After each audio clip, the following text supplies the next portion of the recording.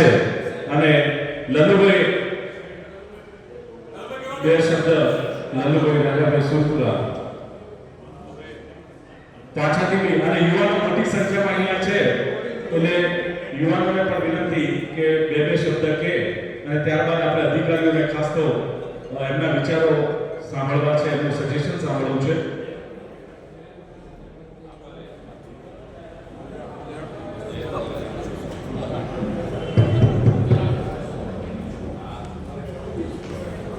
આજના આયોજકોનો ખૂબ ખૂબ આભાર કે આ રેપ સંસ્થામાં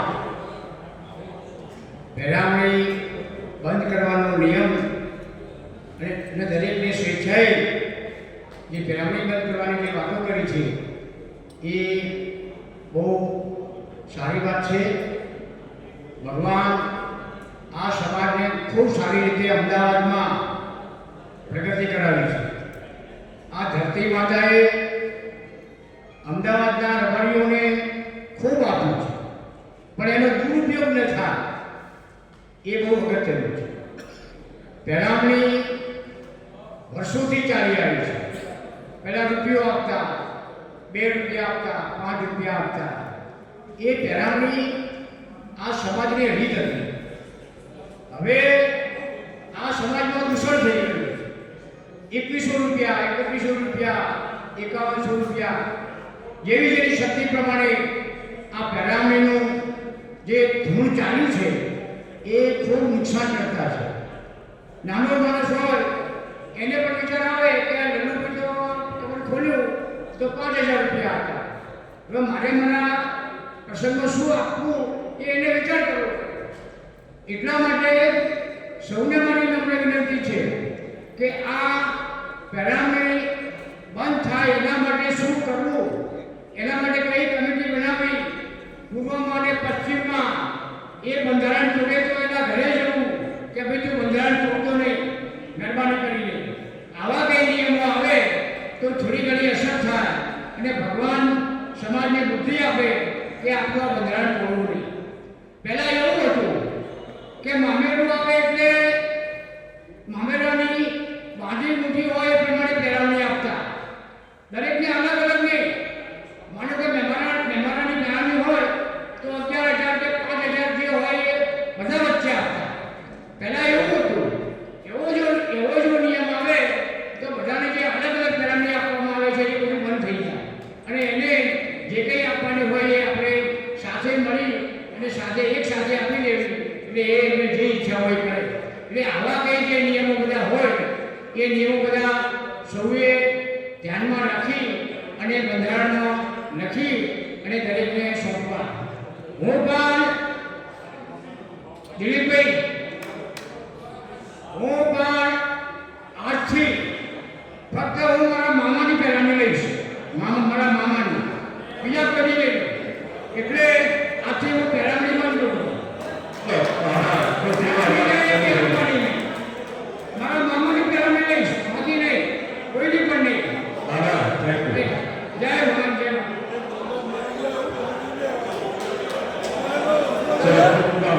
હવે ચર્ચા ન કરતા આખરે બે શબ્દ હવે આપણે જે બે સજેશન આવે અને પછી વિક્રમભાઈ ગુવાજીને બે શબ્દ બોલીને આગળ વાત ચલાવીએ અને કન્ક્લુઝન પર આવીએ. બીજું કે જે પહેરામણી નથી લેતા ને એ અહીંયા લખાવીને જશે. મોટા ભાગના નામ આવી ગયા છે. એક મિનિટ, એનું બેનર ફરતું થશે સમાજમાં અને એનાથી સમાજનો ઉત્સાહ વધશે. એટલે મારી નમ્ર વિનંતી છે કે સાચી ભાવનાથી આયા હો, તમારી ભાવના સારી હોય તો અહીંયા નામ લખાવીને જજો, જેથી કાલથી બેનર એ લોકોના ફરતા થશે કે આ વ્યક્તિઓ પહેરામણી લેશે નહીં અને આપશે પણ નહીં. ઓકે, નમસ્કાર. ધરમસિંહ વિનોદભાઈ દેસાઈ. થોડું શાંતિ રાખીશું ભાઈ. ગામ મીઠા ગરવા, પ્રિન્સિપાલ એમડી ફટકે હાઈસ્કૂલ જેલર.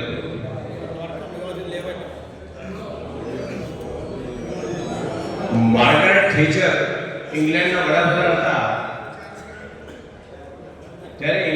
ગુનાખોરી ખૂબ વધી હતી.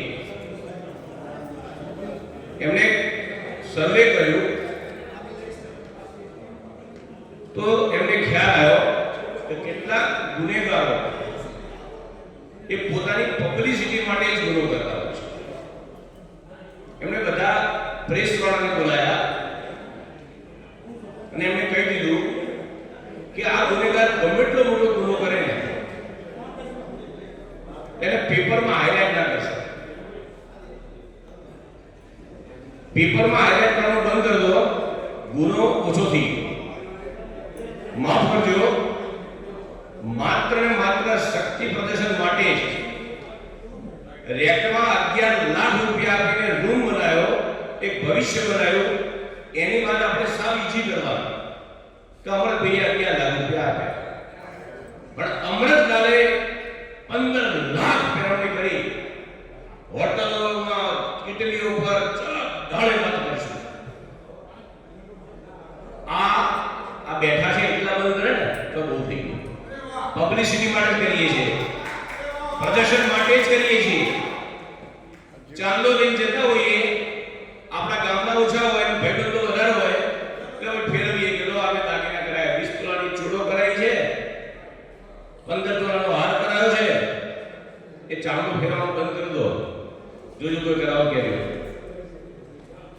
માફ કરજો, પ્રદર્શન માટે જ કરીએ છીએ.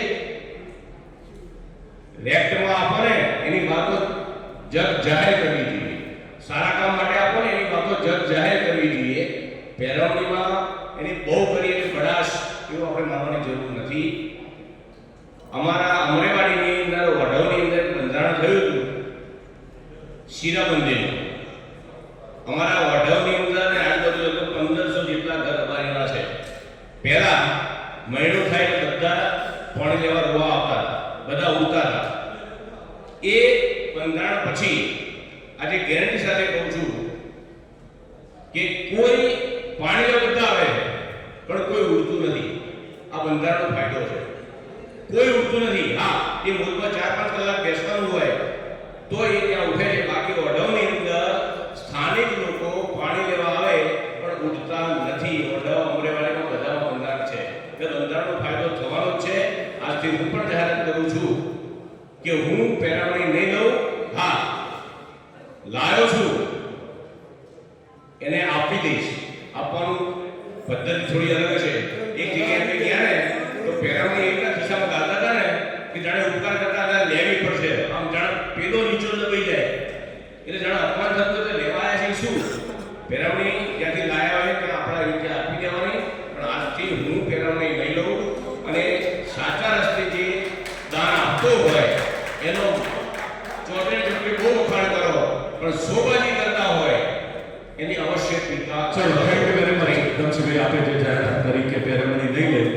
અને એક વાત એ પણ આવે છે આમાંથી કે પેરવણી નહીં લેવાનું એવું આપ લખાવી શકો છો અથવા જાહેરાત કરાવી શકો છો. પેરવણી આપી હોય તો કદાચ એમાં થોડી છૂટછાટ રહે છે. એ વાત સર્વસંમતિ આવે છે એટલે આમાં બે ભાગ છે. કદાચ કોઈ એમ કહે છે કે ભાઈ હું લાવ્યો છું એટલે હું આપીશ, તો એના માટે આ છૂટ રાખવાની વાત પણ આવે છે. નહીં લે એ જાહેરાત જો વધારે હશે ને તો 100% ઘણો બધો ફરક પડશે. એટલે આપણે એ રાખીએ છીએ. અને સાહેબશ્રીને વિનંતી, આઈપીએસ સાહેબશ્રી એ પણ આપણે અજયભાઈ સાહેબને વિનંતી કરી કે